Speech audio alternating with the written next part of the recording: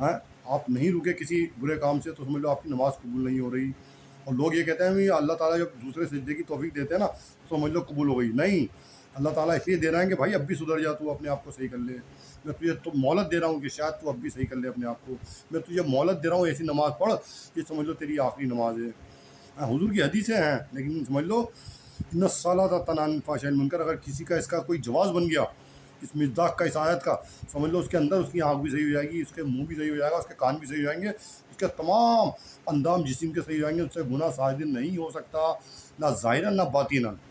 نہ وہ ظاہری بھی صحیح ہو جائے گا، اس کے اعضاء صحیح ہو جائیں گے، گناہ کی طرف نہیں آئیں گے. اور جب گناہ کی طرف یہ اعضاء سے کوئی گناہ نہیں ہوگا، سمجھ لو اس کے اعمال قلب کی طرف جا رہے ہیں، جو بھی اس سے صادر ہو رہے ہیں اس کے اعمال ظاہری سے یعنی اعضاء جوارح حواس خمسہ سے وہ قلب کی طرف جا رہے ہیں، یعنی قلب کو پاک کر رہے ہیں. قلب کو پاک کرنے کی چیزیں کیا ہیں؟ ظاہری اعضاء. جب ظاہری اعضاء سے کیا کرو گے تم؟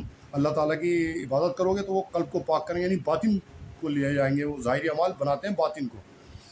ظاہری اعمال کیا بناتے ہیں؟ وہ ایک ذریعہ ہیں باطن کو بنانے کا.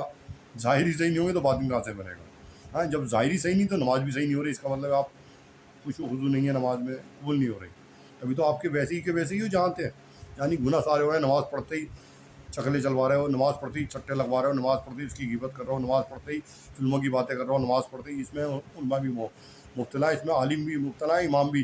نماز پڑھتے ہی کھڑا ہو گیا علاقے کے لوگوں کے پاس، اس کی سننا ہے، اس کی سننا ہے. عالم نماز پڑھتے ہی بیٹھ گیا، ہاں جی سر کیا ہو رہا ہے؟ ہاں جی ارے سر اس کے گھر میں تو یہ چلتا ہے. اچھا ہنس رہے ہیں عالم بھی ہوگا، یار حضرت جی بنتا ہے گھر میں یہ ہو رہا ہے.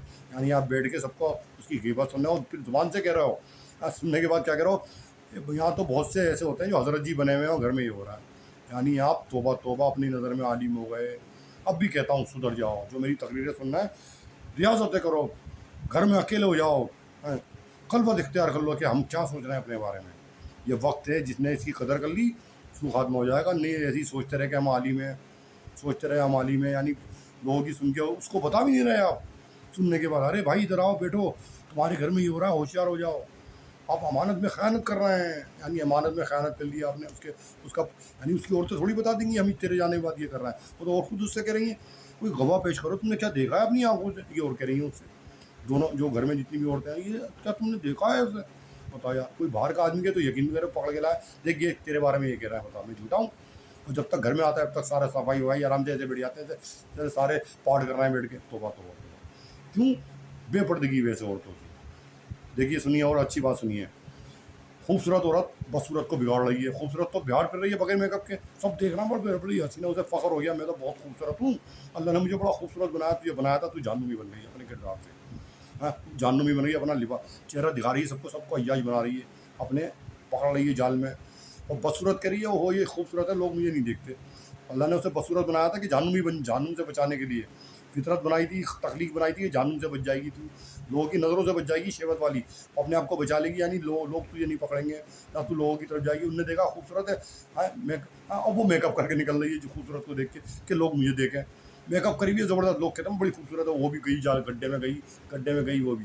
یعنی خوبصورت نے اپنے لباس کو دکھانے سے ایک خوبصورت عورت کو بھی بگاڑ دیا. وہ میک اپ کرتی ہے کہ میں لپسٹک لگا لوں، پاؤڈر لگا لوں، میں بھی خوبصورت لگوں، لوگ مجھے دیکھیں، میں انہیں پٹاؤں لوگوں کو. تبھی تو نکلتی ہے میک اپ کر کے. پہنچ بھائی وہ بھی گئی گڈھے میں. دیکھو حفشی ہے، اللہ نے اسے بدصورت بنایا حفشی عورتیں، لیکن وہ کبھی دیکھا اور حفشی عورتوں کو میک اپ کرتے ہوئے کبھی سوچا ہے؟ حفشی عورتوں کو کبھی لپسٹک لگا کے پاؤڈر لگاتے ہوئے دیکھا؟ نہیں دیکھا ہوگا زندگی میں نے تو دیکھا نہیں بھائی کسی حفشان عورت کو پاؤڈر لگائے ہوئے. لیکن وہ خوبصورت عورتوں سے زیادہ خوبصورت ہوتی ہیں. اللہ تعالیٰ نے ان کے جسم کو ایسا دیا ہے کہ خوبصورت عورت بھی ان کے آگے ہیچ ہے. سمجھ میں آئی بات؟ عورت کو بگاڑ رہا ہے، مولوی کو بگاڑ رہا ہے. توبہ توبہ. مولوی کو کیسے بگاڑ رہا ہے؟ ہر طرح ہے وہ کیا ہوتا ہے اس کے گھر میں یہ ہوتا ہے، پھر بیان کر رہا میں حضرت جی بنے ہوئے گھر میں یہ ہوتا ہے. توبہ توبہ. وہ لوگ ہنس رہے ہیں اس کے مقتدی، اب مسکرا رہے ہیں ہنس رہے ہیں.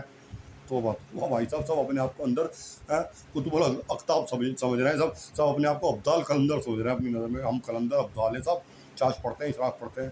توبہ توبہ توبہ توبہ. بھائی وقت اب یہ قریب ہے، توبہ کر لو پکی. استغفار کرو کثرت سے، استغفار. عزم کر لو کہ واقعی غلطی ہے، صحیح گرا ہے. انشاءاللہ اللہ تعالیٰ سارے گناہ معاف کر دیتے ہیں، سارے گناہ، سب گناہ معاف کر دیے. حقوق عباد کی ادائیگی کرو. کسی کو دکھ مت دو، کسی کو مت مارو. جا کے پتہ چلا کسی نے بلا لیا بھائی نے، تو میرے بھائی کو مارا، ہم کے سارے بھائی کو مار رہا ہے، 3-4 آدمی اور بلا لیے، مارو سالے کو مار. پتہ چلا ہم مر گئے، سب یہیں چھوڑ گیا، ختم، سو خاتمہ. حقوق عباد کی کیا کتنے ہی والدین کی خدمت کر لو، سو خاتمہ ہو گیا. کہ بھائی تو نے تو دوسرے کو تکلیف دے کے آیا، تو کسی کی پٹائی کر کے آیا، خوب طبیعت سے مارتا تھا بنا وجہ، کوئی اس کا جرم نہیں تھا، بتا اب کیا کروں تیرا میں نے بولا تو والدین کی خدمت کی ہوگی، وہ تجھے دنیا میں صلہ مل گیا اس کا، تو نے اس کو کیوں تھوک دیا تو نے؟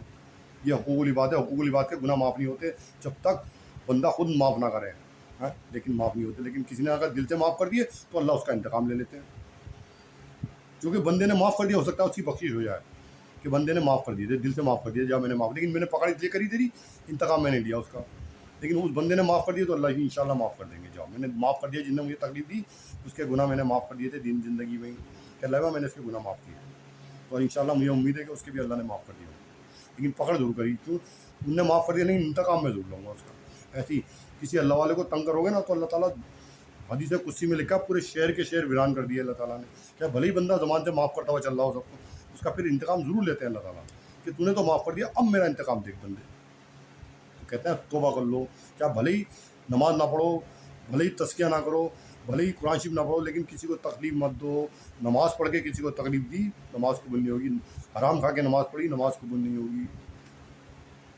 اور علم ہو کر عالم ہو کے کسی کی غیبت کری، کسی کے بارے میں مذاق اڑایا، استہزاء کری، کہ میاں حضرت جی بنتے ہیں، پتہ چلا تجھ سے اچھا ہوگا وہ حضرت جی، بغیر علم کے تجھ سے پہنچ چکا ہوگا ولایت تک، تو اس کا مذاق اڑا رہا ہے، توبہ توبہ، یعنی عالم بنا ہوا مذاق اڑا رہا، پتہ چلا تجھ سے آگے نکل چکا ہوگا، حدیث سے بھی بیان کر رہا ہوں بیٹھ کے، ابھی تھانوی صاحب نے رحمۃ اللہ نے کہہ دیا ممبر شریف پہ بیٹھنے کے لیے عالم بھی جائز نہیں، کہ عالم کوئی قدم رکھ دے ممبر شریف پہ، کیوں؟